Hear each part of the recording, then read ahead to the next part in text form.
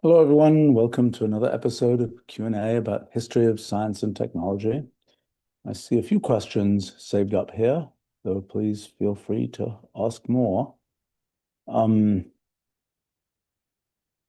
let's see, there's several actually quite similar ones here. Philo is asking, would you consider Thales of Miletus or Isaac Newton the first physicist? Well, I think uh, we have to ask ourselves, what is physics? What is science?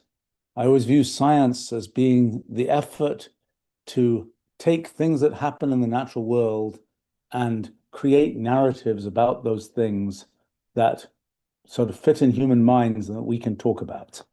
So you observe something in the natural world, you try and describe it in a way that, for example, lets somebody else understand what it was, lets you perhaps predict something about what will happen to the thing you're looking at or something else in the future, those kinds of things.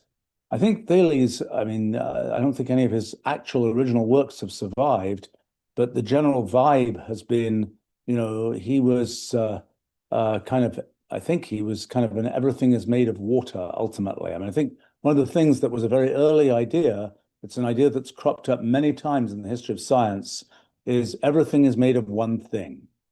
Whether it's sort of everything is made of spirit or everything is made of kind of the mind of God, elements of the mind of God, everything is made of monads. This has showed up a lot of times in the history of kind of philosophy, and that's intersected with sort of early history of science.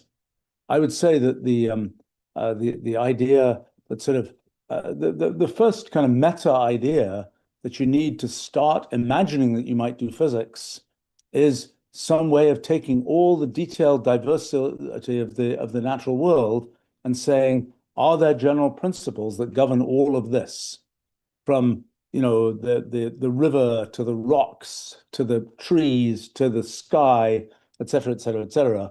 What in what sense is there a unified way of thinking about all these kinds of things? And so the idea that sort of ultimately everything is made of water or something, whatever that means, and you always have to worry about sort of the translation of what was said, et cetera, et cetera, et cetera. I know that's an issue in many philosophers. What they said, if it wasn't written, for example, in English, or if it was written with their own way of saying things, often the sort of the meme translation isn't actually really quite what they meant. But in any case, so I think this idea that sort of you can break down all the things in the world and say something sort of about them that is unified, that's a key idea in inventing science. Now, in terms of physics, for example, the kind of the idea that you could sort of know what would happen in certain physical circumstances, clearly people had sort of an intuitive sense of that from a long time ago. You drop a thing, it falls to the ground.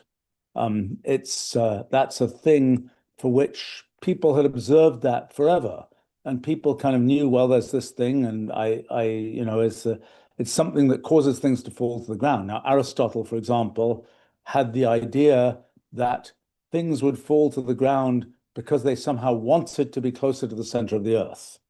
It's a thing where the notion that there is sort of a force in nature that is of a different kind than kind of the ways that we think about things happening. I think that's an idea that emerged only rather slowly and really only fully emerged in the late 1600s with kind of the mathematicization, the abstraction of science.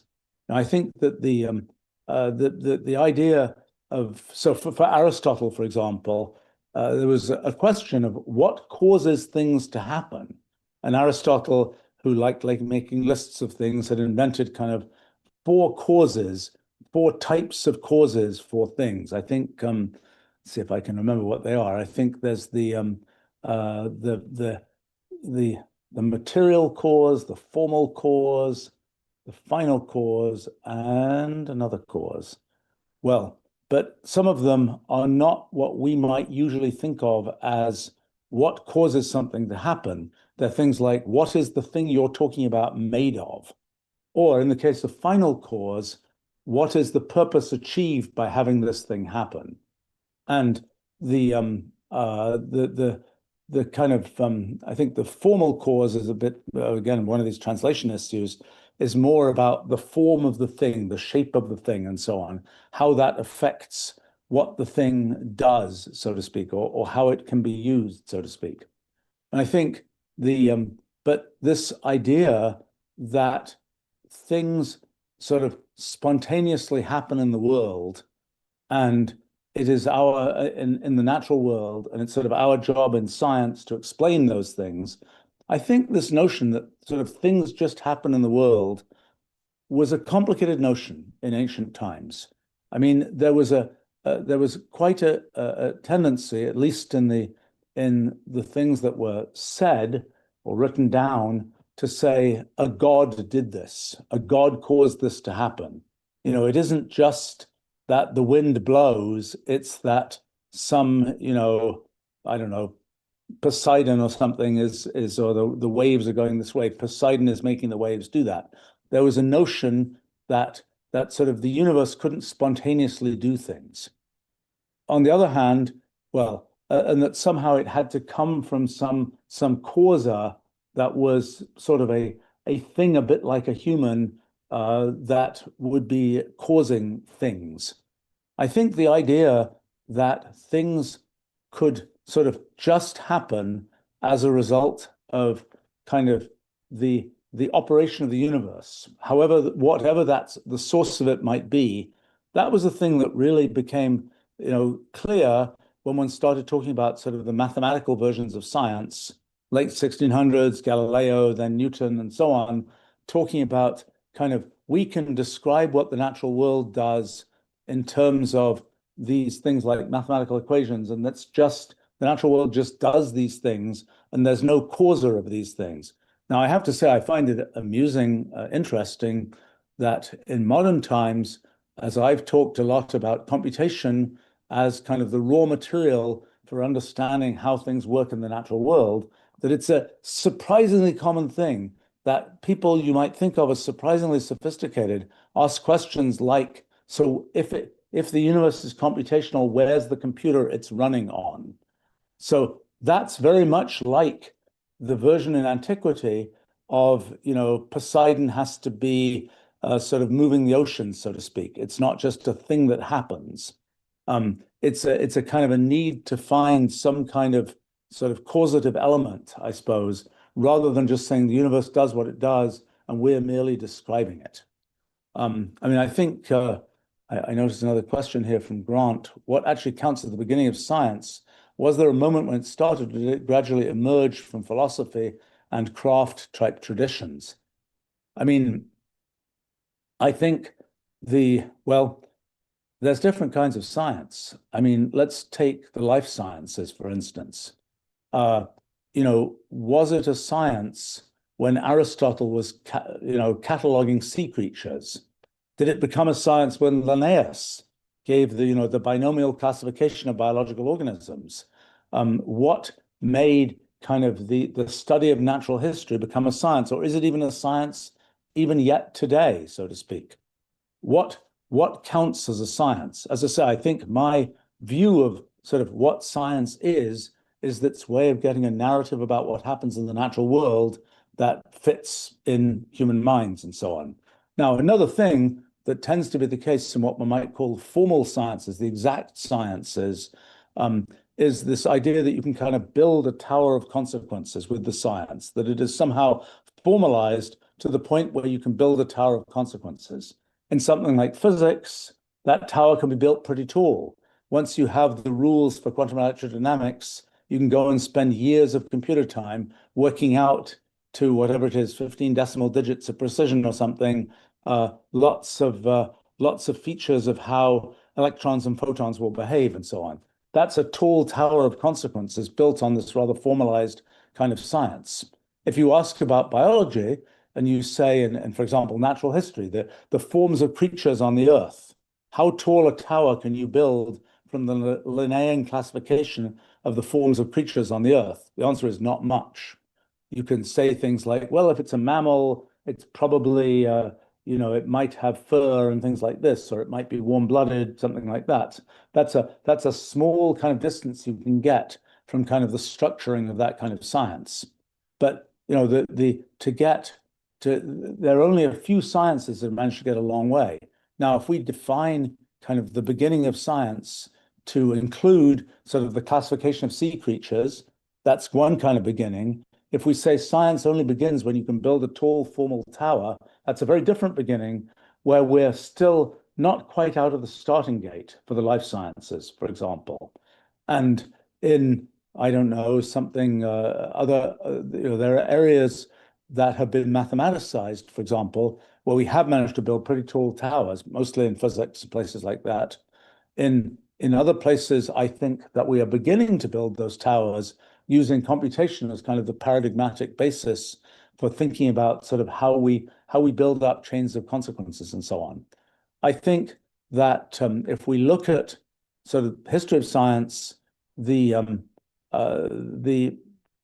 idea that you could have sort of kind of shallow classification of what was going on.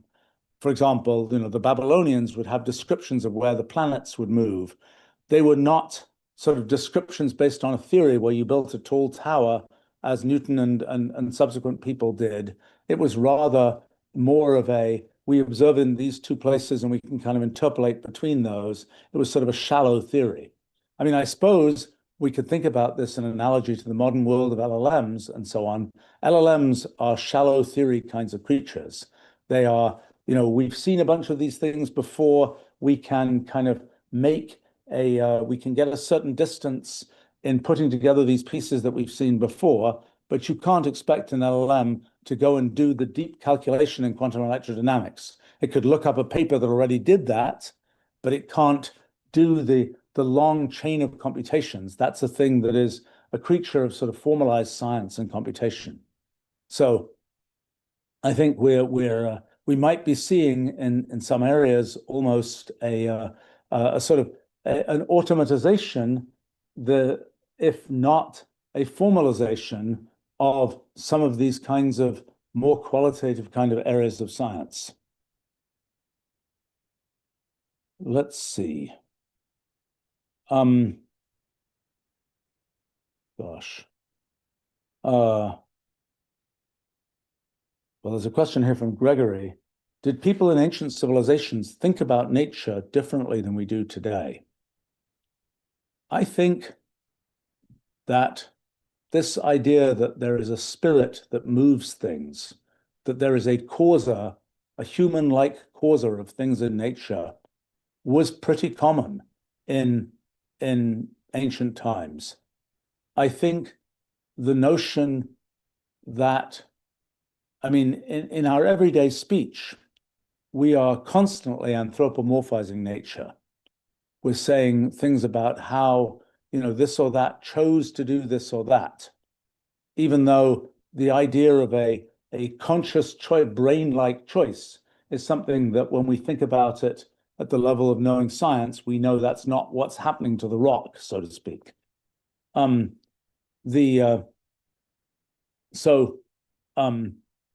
think these questions about, for example, there's a question, can we expect to understand nature? Can we expect that nature will repeat itself? Is nature doing things capriciously? Or is nature doing things according to a fixed rule book that's kind of burnt into nature? There are religious traditions, for example, where one talks a lot about miracles. What is a miracle? A miracle is a thing where there are laws of nature that one thinks of as actual sort of constant features of the natural world, but occasionally there's a glitch, a bug, an exception, and something different happens.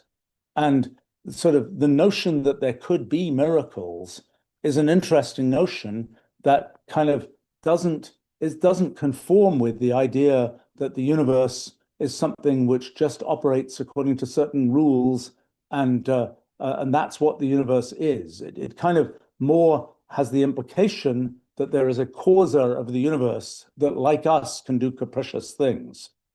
I think that the kind of the kind of an important watershed in kind of the way that people think about nature is probably Copernicus, 1500s, and the idea, it had been the case that people said, well, we know the Earth is standing still because look, we're just standing on it, and it's not moving, and yet then what became clear originally with Copernicus and then pushed by Galileo, the idea that, well, no, actually, your common senses are not right. Actually, the Earth is moving around the sun, and the fact that it appears to you that it's stationary is just a feature of you as the observer, not a feature of the way the world, in a sense, fundamentally is. It's just a feature of the way that you have sliced off that part of the world. Now, I have to say, in modern times, thinking about the Rulliad and things like this, the notion of a true sort of objective reality to the universe, completely independent of the observer, is kind of thrown in a different direction. Because with the Rulliad, we do have, in a sense, an ultimate objective reality, which is the whole Rulliad, the unique, necessary structure of the Rulliad. But that thing is something far beyond what we observe about the universe, far beyond it. It contains sort of all possible laws of physics, whereas the laws of physics that we actually observe are laws of physics that are specific to observers like us, who are, for example, computationally bounded and so on. Now, the observers of pre-Copernican science were observers who were, in a sense, yet simpler than the observers that we think of ourselves as being today. But I think in this notion that, well, there are many things that have changed over the course of the last few thousand years. One example is the idea of free will. I think in antiquity, to a lot of people, it was just like fate is going to make certain things happen. It just is that way.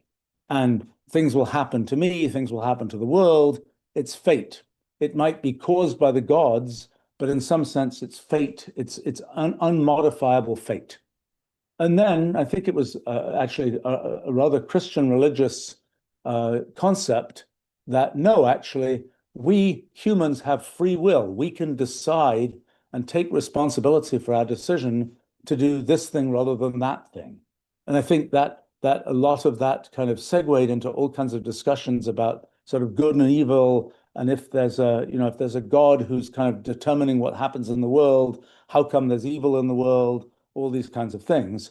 And I don't know the full sort of theological plumbing of this, but the end result, I think, is that the idea that sort of there is free will about what you can do, that you can make a personal decision about something. I think that is a sort of post-Christian kind of concept, and that wasn't the general prevailing view of how things were in earlier times. And certainly that then throws science in a different direction.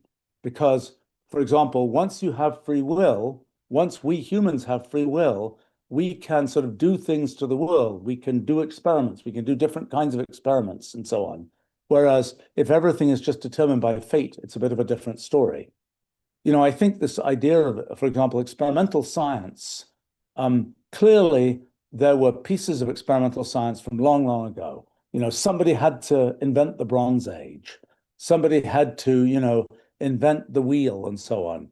It was these things where people obviously had to try a bunch of stuff and eventually something would work. And then they thought it was going to go on working. It was going to work repeatedly. That is, in a sense, a form of experimental science.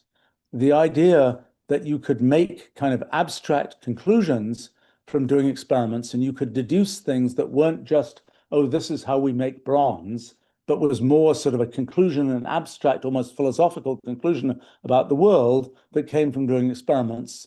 That was, I think, a much later kind of concept. I mean, Francis Bacon was much involved in pushing that, though I don't think originated it.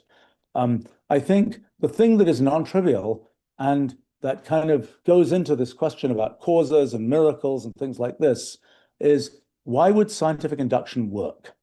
In other words, you do a thing once, twice, three times, four times. If you do it 100 times, is it always going to come out the same way?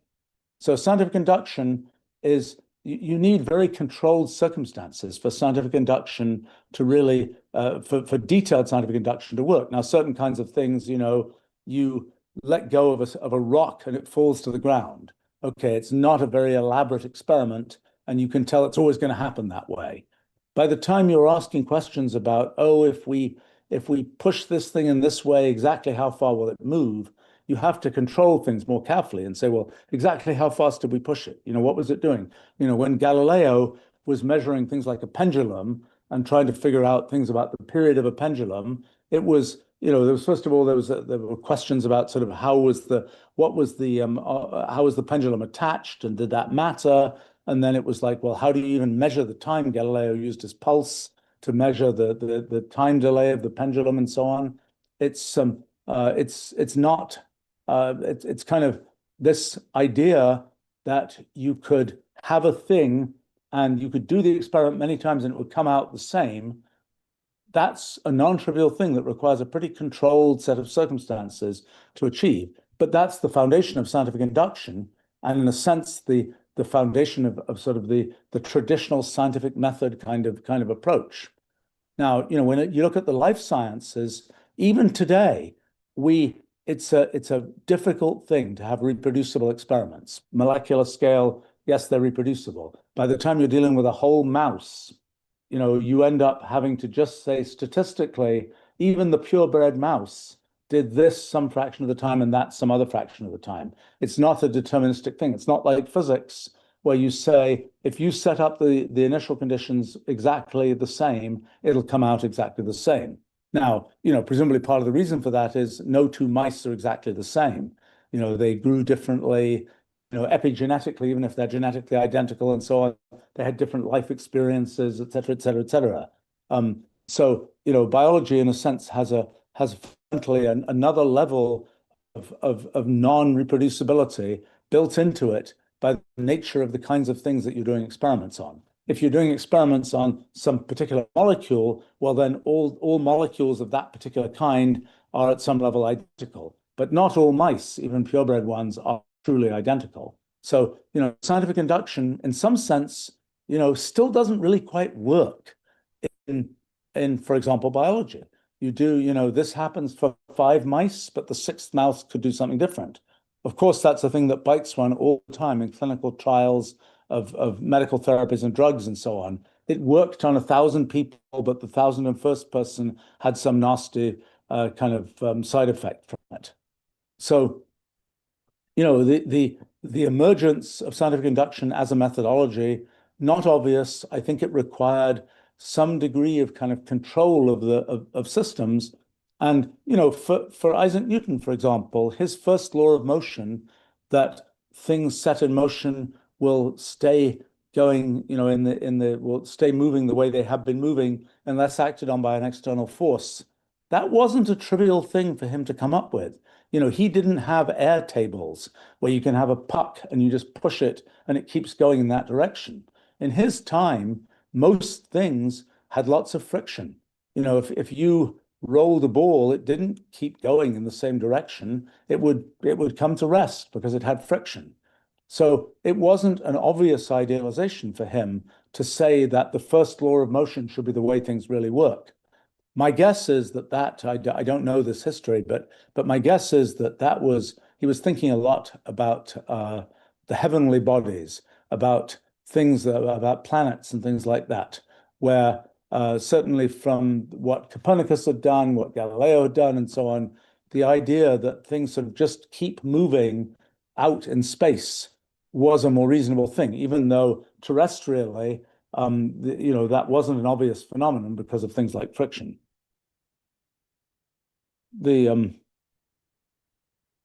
Let's see, there are all sorts of questions here, but Gregory asks again, did earlier scientists feel like they were exploring something mysterious, or did they feel confident that they were figuring everything out?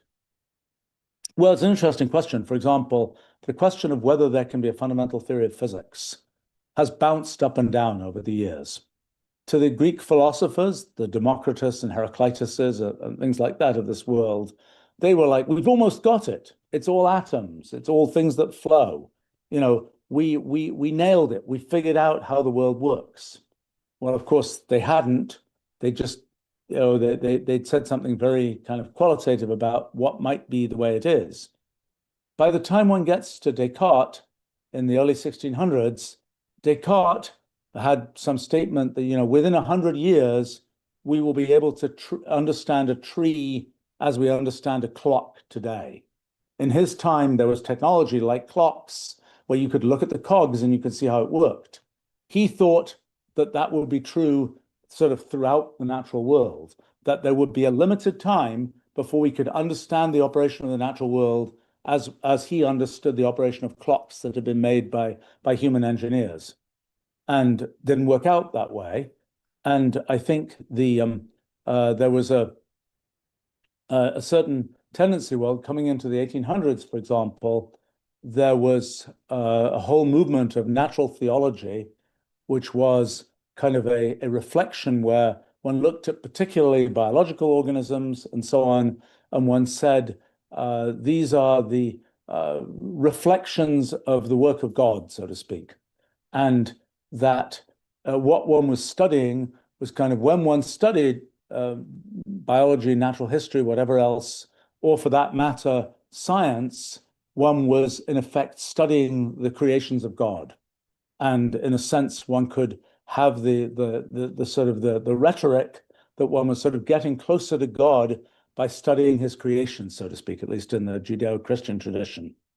So I think, so there was definitely a strand of that. I think the idea that there was sort of a godless kind of hard clockwork universe that one was figuring out, that was an idea that I think emerged quite gradually, and it probably emerged as kind of the world and the ways to and the way that intellectual academic type people tended to operate. I mean, it's worth remembering that back in the day, sort of all of academia was deeply wound up with the church, or with monasteries or whatever else. It was all kind of the doing learning. Well, that wasn't true in ancient Greek times, but in by the Middle Ages, certainly, sort of the activity of intellectual work was all bound up with kind of these religious pursuits. And I think that sort of unraveled sometime probably, well, 1700s, 1800s, and then more firmly by the 1900s. And I think that's, I mean, I think you would have, if you'd polled physicists in the mid 1800s, you would have found that, I don't know, in a country, well, certainly in a country like England, I think they would have all mostly identified as Christian, for example. I'm not, I think that's true everywhere. I mean, in the appropriate sort of cultural foundation, but as they would have identified as sort of religiously oriented. And so, in a sense, this from that vantage point, one is studying kind of the mysterious works of God and not studying the kind of the clockwork operation of the universe, so to speak. Clearly, Copernicus and Galileo were the beginning of that strand of we're just studying the clockwork operation of the universe. The question of whether you'd be able to get to the end and eventually say, this is really how the universe works, not there's still mystery down there. But this is ultimately how the universe works. I have to say that's been a thing where in my lifetime, people in, let's say, physics have gone sort of up and down, and we're almost there, or it's still very mysterious, and all we can find is an approximation. And it's kind of almost humorous to imagine that we would actually be able to nail physics, as opposed to always be only working with the Newtonian approximation, this approximation, the approximation that ignores quantum gravity, this whatever. I must say that I feel like we're in the unique position now, from all this effort with our physics project and so on, that we actually can potentially see to the bottom. We actually can see right down to the lowest level machine code of the universe. we actually can finally nail it. We can do what Descartes thought in the 1600s would happen in the next 100 years. Maybe it took 300 or 400 years to happen, but I think we really have reached the end there, which is a different situation than we've ever been in before. Now, having reached the end, having said we know what the machine code of the universe is, you can say, well, does that mean I'm going to eat a piece of chocolate in the next hour? Obviously, there is a great distance between knowing the fundamental rules and knowing the actual details of what happens in the universe. This is this whole phenomenon of computational irreducibility that I talk about a lot, that even though you know the underlying rules, to know their consequences, the only way you may be able to do that is just follow the rules step by step. You may not be able to jump ahead and look from the outside and say what the consequences are. Let's see. All right, some very different questions here. Well, let's do Jameson asks, were famous scientists considered celebrities in their own time? I think that's been very variable. I think in antiquity, like Archimedes was something of a celebrity. I think most of the philosophers and mathematicians that we've ever heard of today probably were celebrities in their time. I know Euclid is reported to have been a very minimalist kind of character. I don't know whether I don't know whether Euclid was known far and wide in his day. Somebody like Pythagoras he operated this sect in southern Italy in the end after he got ejected from one place and ejected from another place. And, it had a few hundred people in it. And I don't know whether sort of if you asked people elsewhere, have you heard of that Pythagoras dude? Whether they would say, yeah, or whether they would, it's like, well, wait 100 or 200 years and then people will have heard of him. I think if we go to more modern times, it's been very variable. I mean, for example, well, Galileo made himself a celebrity in his times. But he did a lot of kind of marketing. I mean, he went around giving speeches and things, and he was quite an activist. And then, his run-in with the church kind of continued that sort of, the gossip columns of the day were surely filled with information about Galileo. So, that's an example along those lines. I think if we look at somebody like Isaac Newton, he was, I think, first of all, you have to realize that sort of everything was smaller. The set of people who might have cared about Newton was a lot smaller than the sort of the general public today, so to speak. And, when Newton's Principia was published, I think maybe 1,500 copies altogether. Is that right? Maybe less than that were produced. And they sort of went to all the people and libraries they might have gone to. Now, with somebody like Newton, the circle that sort of cared about these things will surely have known all about him. The general public, I don't think so. I mean, later in his life, Newton became controller of the mint and was responsible for chasing down forgers and all kinds of other things like this. I would suspect that more people knew about him in that connection than knew about him as a scientist among the general public. So I don't think that in that sense he was a celebrity. Now, I think he got buried in Westminster Abbey and so on, which is sort of the fancy place for British folk to get buried, and that's a sign of some celebrityhood in his time. I think among British scientists, for example, sort of Darwin was another person who was a celebrity in his time, but I think for a couple of reasons that weren't necessarily so obvious. I mean, first of all, Darwin wrote general interest books. He basically wrote travel books about, his trip around the world on HMS Beagle and all the funky things he ran into.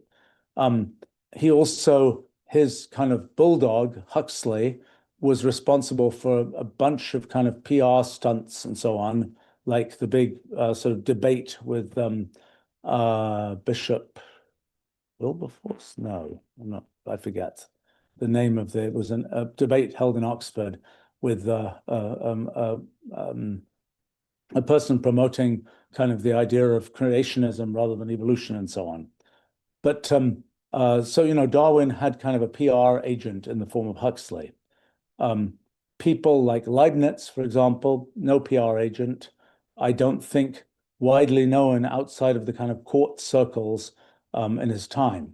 Now, later on, you go to later scientists, for example, Kelvin, William Thomson, later Lord Kelvin. He was pretty well known in his time. I think he was well known because of things like the fact that he was the guy who helped make the transatlantic cable not break when it was laid. And he had a company based on that and made some money from it. And I think that he became kind of a public celebrity much more on the basis of those kind of technological achievements than on the basis of his basic science. For example, James Clerk Maxwell, in many ways, in my opinion, a greater scientist than Kelvin, although Maxwell died young, so didn't have as many years to produce science. Maxwell was not well known in his time. I mean, Maxwell was, he was a professor in Cambridge in the end, but I don't think he was not a sort of publicly known person. Now, again, people like Michael Faraday, a little bit more publicly known because Michael Faraday, part of his job at the Royal Institution was to do public presentations of science. So people were coming in and sort of seeing his presentations. Now, there are scientists that were celebrities in their time, but one has never heard of as scientists today. There were, particularly in the Victorian period, there were plenty of scientists who were very much into the kind of science meets spiritualism type thing, where they were known for that. And when that went away, so to speak, they weren't known again. There are other scientists in the 20th century. I would say one of the big sort of celebrity scientists was Einstein. I think Einstein became a celebrity through sort of US forces. I think in his sort of life in Switzerland and Germany and so on, I think Einstein was known in sort of scientific circles, but I think his real kind of celebrityhood and ticker tape parades and things like this, that happened after he came to America. And I think what happened, my impression is that, America was sort of an emerging intellectual power in the 1920s, 1930s, and so on.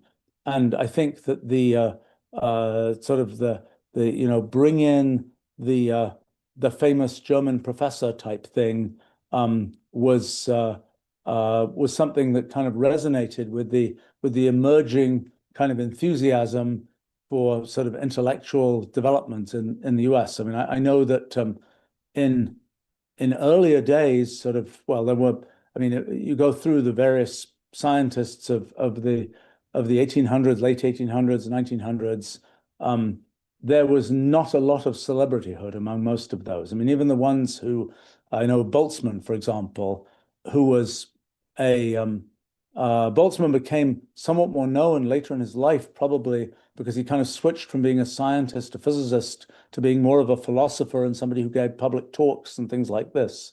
But I don't think he was ever terribly well known. And he came to the US. He visited Berkeley. It was a very young university at the time. He has some wonderful quotes. He wrote a little book about a German professor visits America, and it was clear that at least for him, America was a very, very Hicksville place at the time. I think he has a nice quote about how these Americans do stand a chance. They might go somewhere, although I've seen them at their worst doing things like calculus. But that wasn't a celebrity thing. I think an example of kind of celebrity in science, when the Institute for Advanced Study was created at the beginning of the 1930s, there was like, let's hire all sorts of distinguished scientists and so on. But really, the one who was the big sort of celebrity person was Einstein. And I think those forces that drove that were different from sort of the mainstream of science. Now, it also, again, I have to say that there were people and I might not even be able to name them. Well, I maybe can name a few of them. There were people who were very well known as in the science circle in their time, but were not directly scientists that one knows about. So, for example, Mary Somerville in the 1800s was very well known for her popularization of science, which was quite good, but she didn't view herself and wasn't a primary science producer. But, it would be like people saying, name a scientist, and people would say Carl Sagan. I never met Carl Sagan, but Carl Sagan had done some decent science, but he was vastly better known as a popularizer of science than he was as a primary doer of science. So, this question about celebrityhood in science, there's kind of the celebrities who also happen to be a bit scientists or seriously scientists.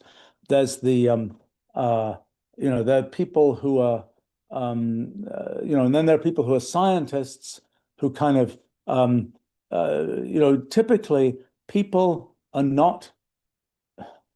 are rarely known for their science alone, at least for a long time. And I think, typically there's some other sort of hook that kind of introduces them to the world. I mean, I'm trying to think of, am I thinking of counterexamples to that? There are occasionally moments when sort of science hits the celebrity button. So, for example, when Andrew Wiles proved Fermat's last theorem in the 1990s, there was a brief moment. In fact, I talked to Andrew Wiles at that time about how to handle the PR, so to speak. He didn't take my advice, but that's which is a shame for many reasons. But in any case, the about kind of that was a moment when sort of the media caught on to, oh, something happened in science. I mean, I think the question of what makes what should the public care about? What does the public care about? How does that relate to the raw science that's being done? I think those are complicated questions. And anyway, that's a somewhat fragmented answer to the question about scientists who were or were not celebrities in their own time. I mean, there are scientists where they kind of died believing their theories were utterly forgotten. And there are scientists where they knew perfectly well in their lifetime that their theories were going places. Sometimes they knew their theories were dramatically going places. Sometimes just that, yeah, well, people at least had understood what they'd said. And sometimes it was a curse for some scientists that very early in their lives, they had theories that were successful. And then it was like, well, what do I do next type thing. And I think those are, so it's a complicated thing. I mean, I think sometimes that the best trajectory is that sort of theories are gradually absorbed over the course of one's lifetime, so to speak. And that's kind of a fun ride, rather than, you're 25 years old, everybody gets your theory immediately, and then it's like, well, what do I do next type thing. So while sometimes I certainly feel that it will be good for the world and it will be nice to see the things one's done absorbed more quickly. In some sense, maybe it's not such a bad deal to have them sort of a slow burn, so to speak, of the absorption of things. Let's see. Boy, other questions about okay, there are all kinds of interesting questions here. Well, let me take one from Zach. What was the work ethic of scientists now and in the past? Were they working harder? Has the way of thinking and doing science improved? Well, the amount of science that I can do per unit time today is so ridiculously larger than even I could do in the past or than people could do in past ages. There's no comparison. The automation of science has had dramatic consequences for the rate at which science can be done.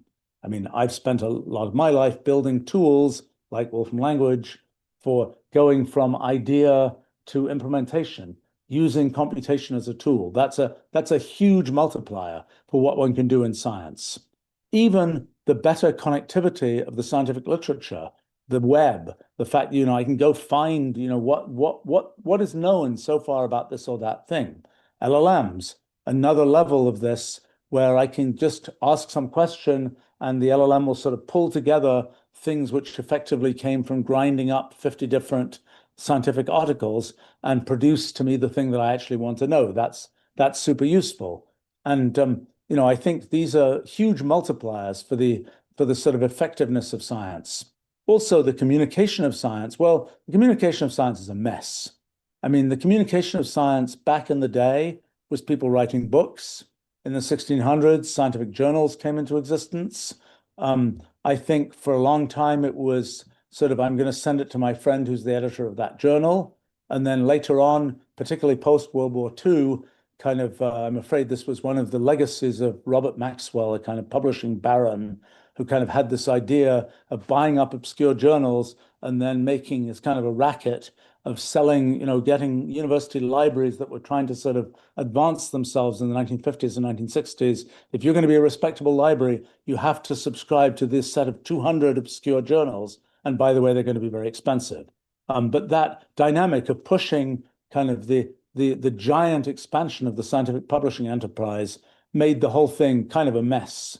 And then, things like peer review became popular, and the sort of the dynamics, the publish or perish dynamic of academia has, in my view, largely ruined kind of the sort of the actual the publishing part of science. Now, for people like me, I haven't published a paper in an academic journal, or at least I haven't sent a paper to an academic journal since 1986. Some journals have republished things of mine, so I can't say they've never appeared there. But my primary means of communication is I just have a website and I post things on it. You could call it a blog, but I think it's a little bit of an extreme version of a blog because there tend to be 100-page documents and things there. But that's a thing where, when I finish working on something, I press the button and it's out in the world. And that's a thing that's a good dynamic. That's a thing that sort of also existed in the 1600s. If you were publishing in the Proceedings of the Royal Society, and you'd send it in 1 week, and the printer would print it, and out it will be in a week or two. That got all sort of ground to a halt in the giant expansion and mess of sort of academic publishing. So the workflow of scientists is affected a bit by how scientists make a living. So back in the day, many scientists were independent, of independent means. They weren't making a living doing science. A few people, like Isaac Newton, made a living doing science. He had a professorship, the Lucasian professorship, endowed by a chap called Lucas, I think, not long before Isaac Newton had it. And that was kind of the deal, was you are there to do science and teach science and so on. Or officially mathematics in that case. But that was fairly unusual. I think for Newton, for example, well, for Newton didn't get to use Wolfram language to do his calculations, nor did Maxwell or Kelvin or any of these people.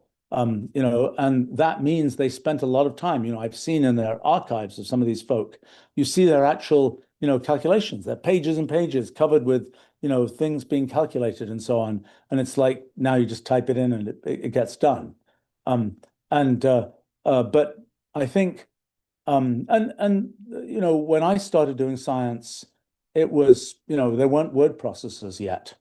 And so, you were handwriting things, you were putting sticky labels on things to make corrections and so on. There was a certain amount of extra kind of time waste associated with those types of things. I think, but I would say that so there's been a strand of scientists who either were a rare set that got paid to do science, or people who had independent means and were able to do science. And in modern times, that's pretty rare. I mean, it exists in some some places, and there are a small number of people like myself who just do science, have a day job doing something quite different, in my case, running a tech company, um, and have the means to just and the kind of motivation to just do a bunch of science, so to speak, independent of those constraints. That's a very that's You can do a lot of science that way. I think I'd like to think I've demonstrated that, particularly in the last 5 or 6 years, that with the tools and the freedom, you can get a lot of science done. My situation is not common. The common situation is you're an academic, you're working at a university, you're teaching a bunch of classes, you're on a bunch of university committees, you are writing proposals, most of which get rejected.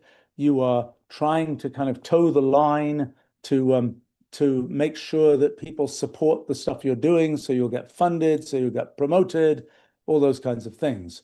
I think that the effort of writing proposals, for example, and sort of fighting with journals and things like that to get your papers published, I think that's a high load on typical scientists today. I think a lot of times people are doing as much on the procedural side of science, of write the proposal, respond to the reviewers, do these kinds of things, as they are doing actual sort of scientific research in its own right. I mean, I hear that complaint from many people. Not my situation. My situation is I get to carve out time, in addition to my day job, I sort of carve out a bunch of time to do science, and then I just do it. I've built a lot of tools and so on, and have some folks who work with me who help me, and that helps a lot. But it's and I think, well, another thing that's changed in science in modern times, not so much for me, but for other people, is this, it's all done in teams. I have to say, while it's great to have people help me do stuff, and often they go off and do other things with the things we've done and so on, and that's wonderful. I think sort of highly creative science is pretty, it has to be driven with sort of a single leader mechanism. I don't think this let's have a great big team that sort of committee figures out these things. That seems like a very slow way to do things to me. But that has become much more common in science. Maybe I'm wrong about that. Maybe it's an effective way to do science, but it feels like much more of a proceduralization of science. I mean, in a company, or when you're doing product development, sure, you have a big team, but there's many aspects of product development that are quite proceduralized. There's the UX design, there's the quality assurance, there's the this and that and the other thing. I think it's so I mean the yeah so I think and to the question of whether scientists work harder now than they did in the past, I mean they are there are my guess is that different scientists have worked more and less hard at different times in history, and it's been more of a sort of it hasn't been something that's changed through history, except for some of the proceduralization of science.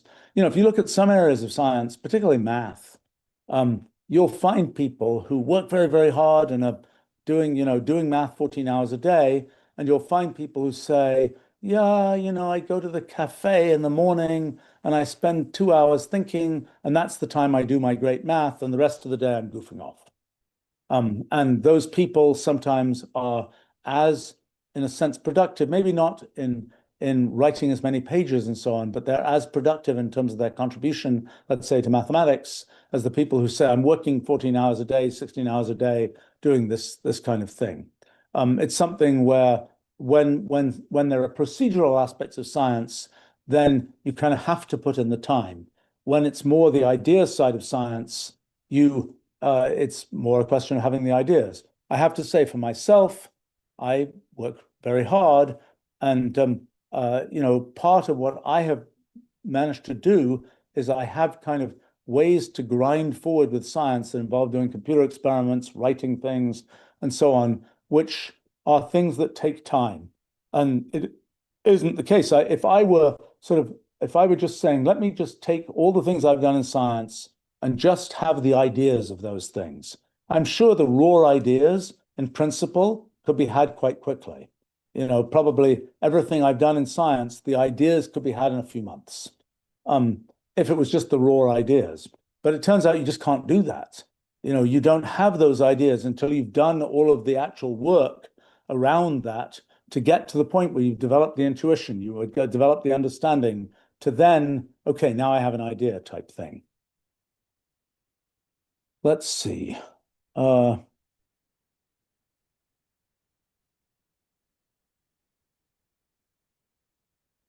okay, so Aniel asks, are there historical ideas or proposals that that you're waiting for science and technology to catch up on so that these ideas can be materialized?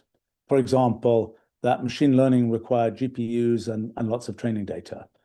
Well, I thought I was going to ask about history because there were things that people knew, like the idea of artificial satellites, things orbiting the Earth. Newton knew that was a possibility, but clearly in his time, the technology of launching a rocket was, well, sort of far away. I mean, it's an interesting question. I mean, the Chinese, folk definitely had, they had gunpowder, they had fireworks and things. It would be an interesting question whether it ever occurred to him that you could take a firework and shoot it up and eventually have it go into orbit. I don't know. I mean, my impression is that that idea only really emerged seriously by, well, certainly by the 1920s and people like Goddard.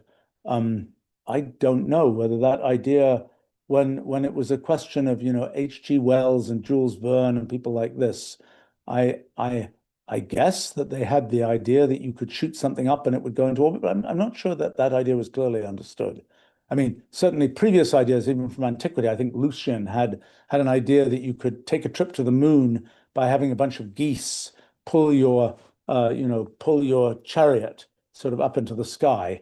Um, but so the idea that you could like go to the moon was an early idea, but the technology didn't exist for quite a while. I think that there's always this complicated leapfrogging of what becomes sort of the technological tools that exist that allow you to understand and do something to the point where you can develop the intuition to see what it is you might want to do. I know in my own life that it's been a sort of continual story of building a tower in which there's a layer of technology that provides tools that let one do a bunch of experiments or get a bunch of intuition. And that then leads to kind of a new piece of science that then keeps going and leads to more technology and such like. I mean, I think for my own life, there are definitely things where I kind of wonder, could one do this? Like one very, very big one probably centers around nanotechnology and the extent to which you can sort of control individual molecules and have them compute things. I mean, I think one of the visions one can have is that just as 100 years ago, artificial materials like plastics were invented, which are sort of things that don't occur in nature, but they're made up from molecules, but they're still very static things. Could one eventually make everything out of computers in the sense that every molecule is sort of computing things? A little bit like happens in biology, but could we do that in an engineering kind of way? That's something which, for me, I've been sort of waiting for that to come over the horizon for decades now. That one could sort of have an engineered nanotechnology that's kind of molecular scale computing and so on. I mean, I think uh, there are plenty of other things where one sort of knew one could do them, but one had to wait for the technology. I don't know, gravitational wave detection is another one where one sort of knew one could do it, but where's the technology? Now, for example, for me right now, understanding the discreteness of space. We have a model of how things work. We don't know the scale of discreteness. And the question is, could we possibly detect it? Or is that so far out of range technologically? I mean, it's always worth remembering when you see some new physical phenomenon, for example, people start talking about, you can immediately ask, when's that going to turn into technology? So some things, like, I don't know, the blue LED, that turned into technology really quickly. There've been red and green LEDs. As soon as the blue LED was invented, it was just some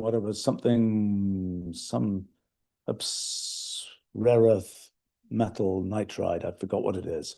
But once the material was known, the doping procedure, I think it involves electron beam, firing an electron beam at the material and things. So once that had been invented, there's blue LEDs everywhere, which make up, the white light LEDs from red, green, and blue. But so that was very fast to go from that wasn't so much a scientific theory, that was more just this particular material does this.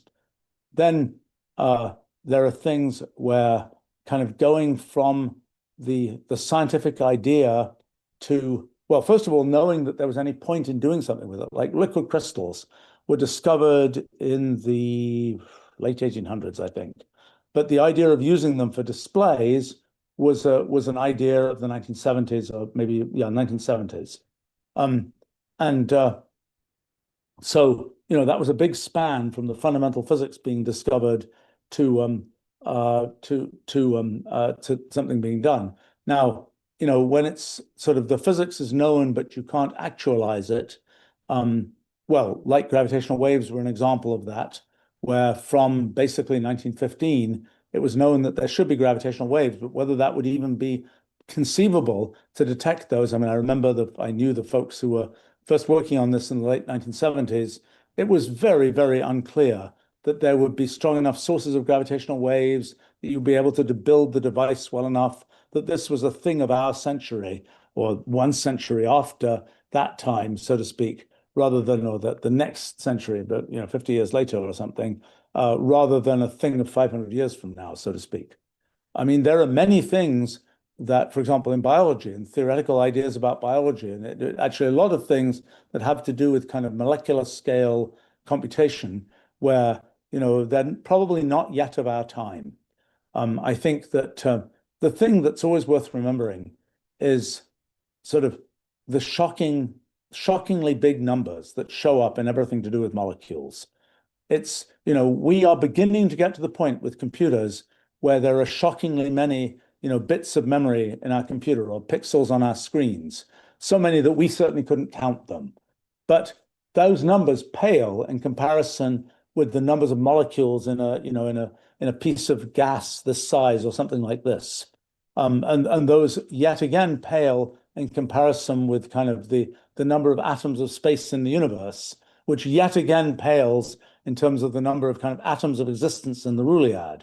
There are these huge changes of scale, and I think there's a whole class of kind of scientific thinking kinds of things that involve each different level of that sort of hierarchy of scales. So really being able to have, we're able to do a lot of experiments today and a lot of measurements and things today because we have computers that have gigabytes of memory.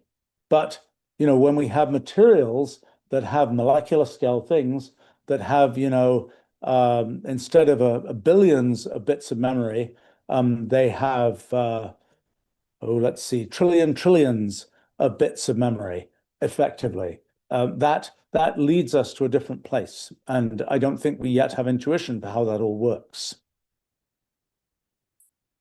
Let's see.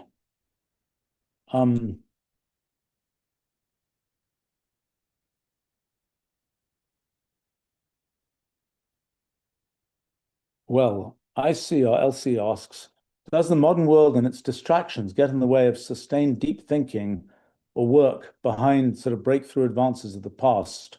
Or is this now obsoleted by collaboration, technology, and so on? As I said before, I think we have huge multipliers as a result of technology, automation, communication, and so on. Yeah, we have more I think people had distractions at all times. I mean, back in the day, people would have to grow, everybody would have to grow their own food. I don't know whether, Archimedes had to worry about whether, the chickens in his chicken coop were ready to be eaten and things. Maybe, I don't know, his living circumstances, so to speak. But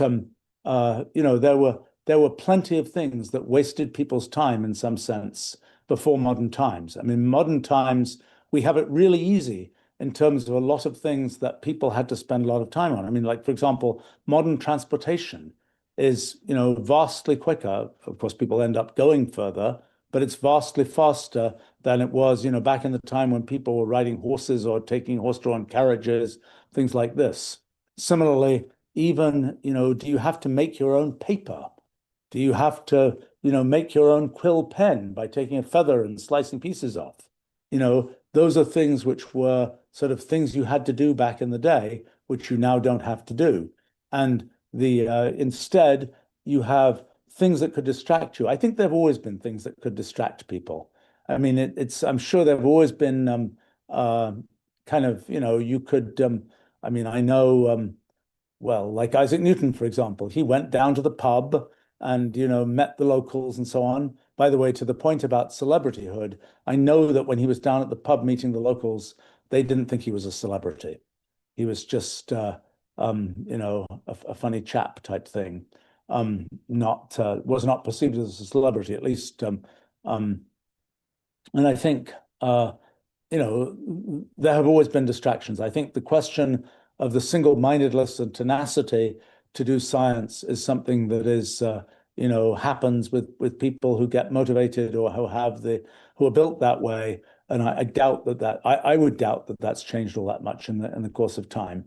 I mean, for somebody like me, I don't watch television, I don't scroll through social media. Probably I miss a lot in the world from that, maybe not. But perhaps if I just took the time I could be spending doing those things, that may be the time I'm using to do science. I'm not sure. Um,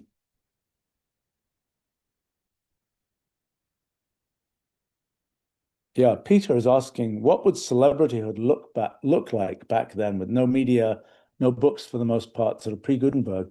Well, my impression is that there were people, if you went to ancient Athens, wasn't a terribly big place, but people would be like, oh yeah, that guy Socrates, I've heard of him.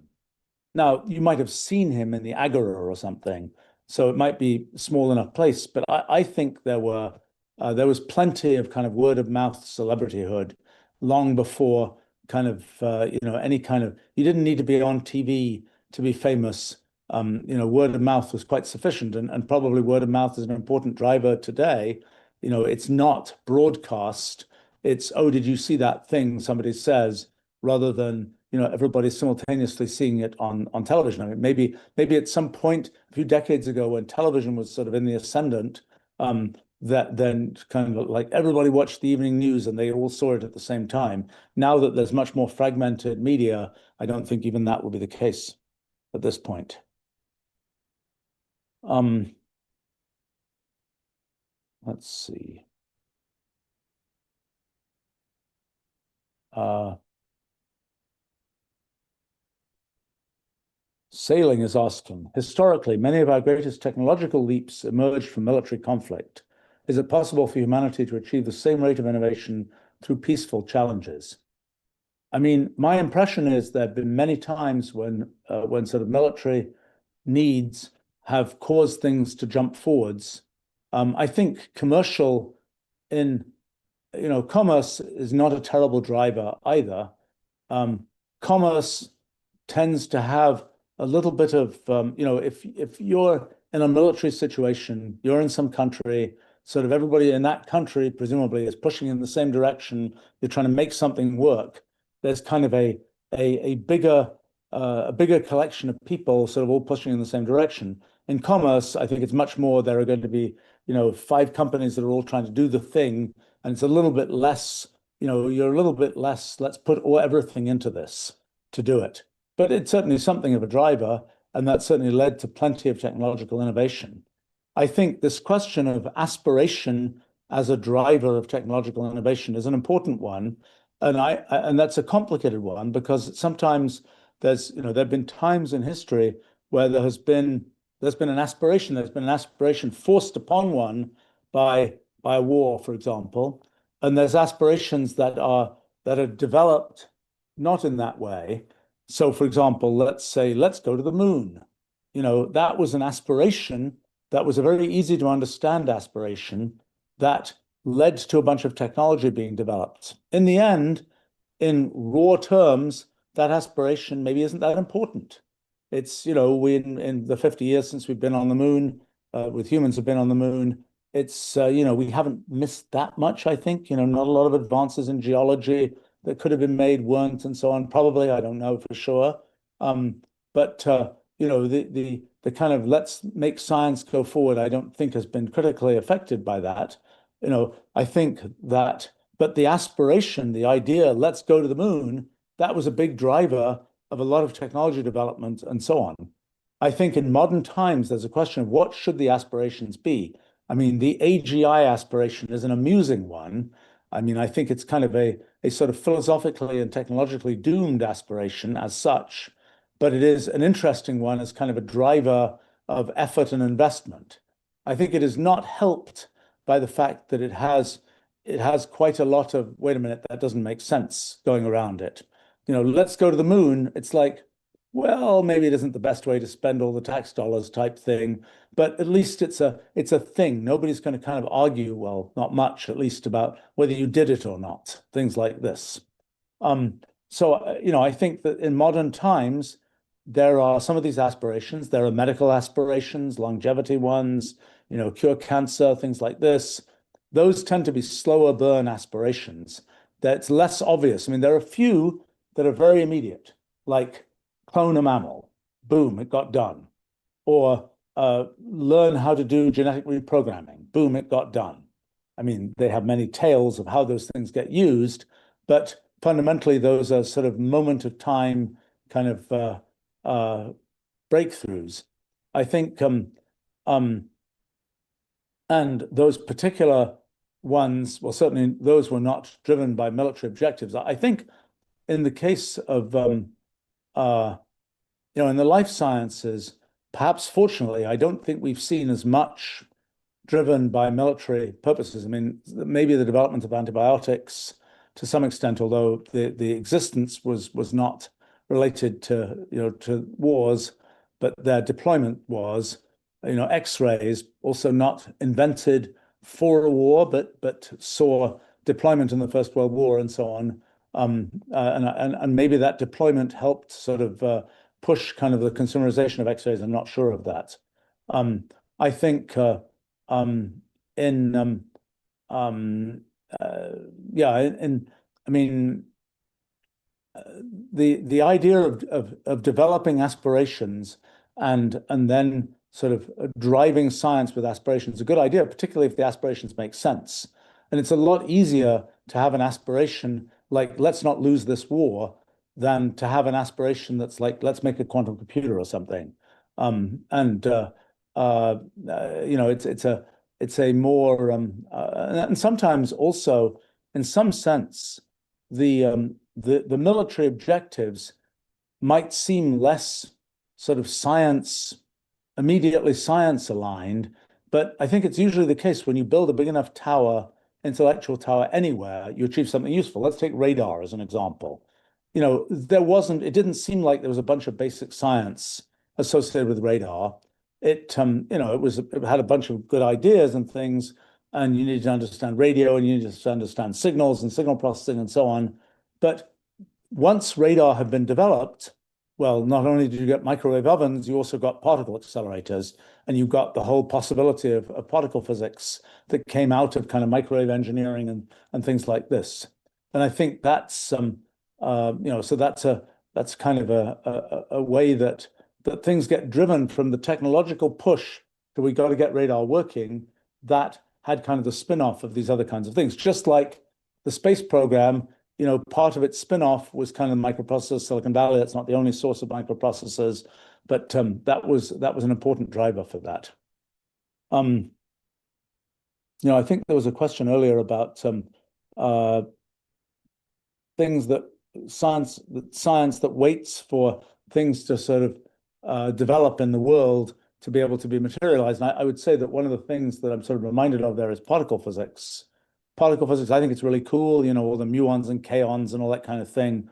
But in the 80 years or so, or more than that, it's nearly 100 years now, that we've known about a bunch of those particles and things, it's like technological applications, a little bit lacking. I mean, there are a few of those things that are useful for radiation therapy because those particles happen to have to be absorbed in a more more in a kind of lump rather than over a distance and so on.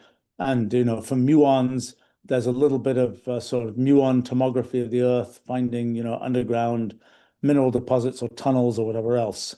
But certainly particle physics is not sort of big time applied in the world as it is, and part of the reason for that probably is things like, oh, muons live 2.2 microseconds, on average, for example. That's a short time. If you have them go really fast, you can have time dilation and they can live much longer, but it's like not so much happens in 2.2 microseconds. Of course, people have often talked about things like muon catalyzed fusion. If something like that had come to pass, then immediately that piece of particle physics would have had a big effect on kind of what happens. I mean, and coming back again to aspirations, I mean, fusion is obviously another one of these aspirational ideas that's been around for 80 years or so now. And it's kind of at different times, it's been like, oh, it's a big driver, we really should push to do it. And it's like, look, guys, this isn't going to work, let's give up on it. The look, guys, this isn't going to work, let's give up on it happened a lot in machine learning over the years. That was so, sometimes when things seem like they'll eventually work, eventually they'll probably work, like fusion, for example, controlled fusion. But, exactly how long the technology path is to get there is very, very hard to predict. All right, maybe one or two more. Oops, I think I'm running out of time here.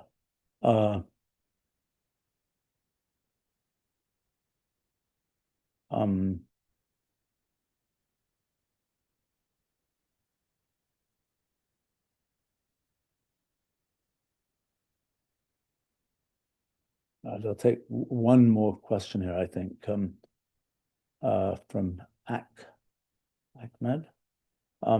Do you know about the history of the different possible logics? Rather more technical thing, but I'll just try and talk about that for a few minutes. I mean, logic originated in antiquity with kind of an attempt to kind of idealize, formalize, and classify the structure of arguments.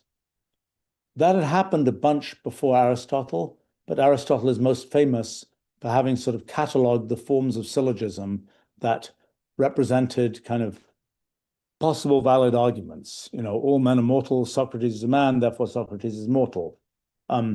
That's, again, that had precursors in the pre-Socratics and so on, but Aristotle was the one who usually gets kind of the credit for having cataloged and launched that. That idea of logic carried through the Middle Ages.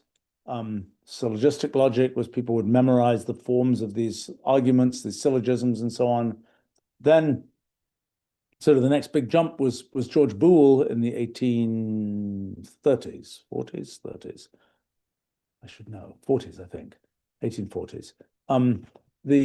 In his sort of mathematicization of logic and Boolean algebra. So Boole was kind of roughly saying, we know about arithmetic, plus and times and so on. Times is a little bit like or, true is a little bit like one, zero is false is a little bit like zero. Sort of, and is a little bit like you multiply things X and Y together. If if they're both true, if they're both ones, you get one. If either of them is zero, you get zero. Okay. Multiplication is like and. What's or like? Well, 1 plus 0 is equal to 1. That's all good. 0 plus 0 is equal to 0. That's all good. But 1 plus 1 equals, 2. It should be equal to 1 if it's just true or true is true. So Boole kind of tried to squiggle that around to make an algebra that was kind of like ordinary algebra, but was an algebra where 1 plus 1 equals 1. And he succeeded in doing that in Boolean algebra. It was a little messy at the beginning. And that kind of led to that sort of formalization of logic. Well, then the other, well, okay, there are different forms of logic. Different branches from there. There are so-called modal logics where, in addition to saying such and such is true or such and such is not true, you could say things like such and such is possibly true, or such and such is not conceivably true, or such and such is true now but may not be true in the future, or such and such is true in all possible worlds, or such and such is true only with, et cetera, et cetera, et cetera. Those modal logics had sort of syllogistic origins in antiquity. They were not formalized in the same way that Boole formalized ordinary logic. They were not formalized until maybe the 1920s, 1930s. But that was one kind of branch, was these logics which have extra stuff, temporal logic, maybe spatial logic, which is less well formalized even today, but temporal logic of, this happens forever into the future, or this will start happening in the future and then will go on forever type thing. And there's obviously a structure, a logic to how those things combine. And that's the thing. Temporal logic was, I think, invented certainly by the 1930s.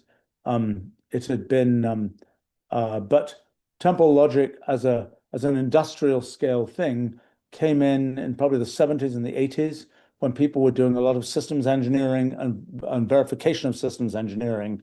Like, we have this thing. Will it be the case that the wheels of the airplane will always stay down when it's on the ground type thing? There's sort of a temporal logic aspect to forever. Once it's on the ground, the wheels will stay down type thing. And there's different logic for the wheels will go up at some point here, et cetera, et cetera, et cetera. So that was a temporal logic, sort of more industrialized at that point.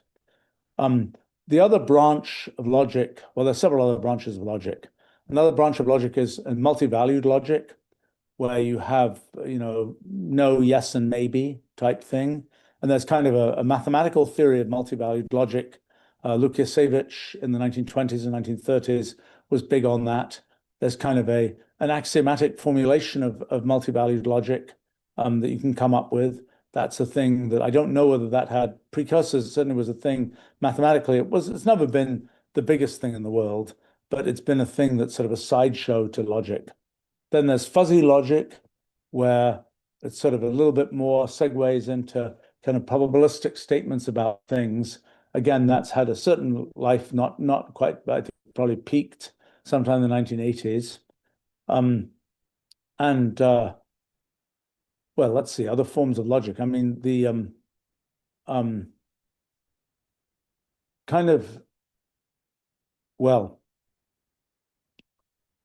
people have thought logic is very magic. I don't really know why, because logic in the form imagined by Aristotle and Boole and so on is very specific.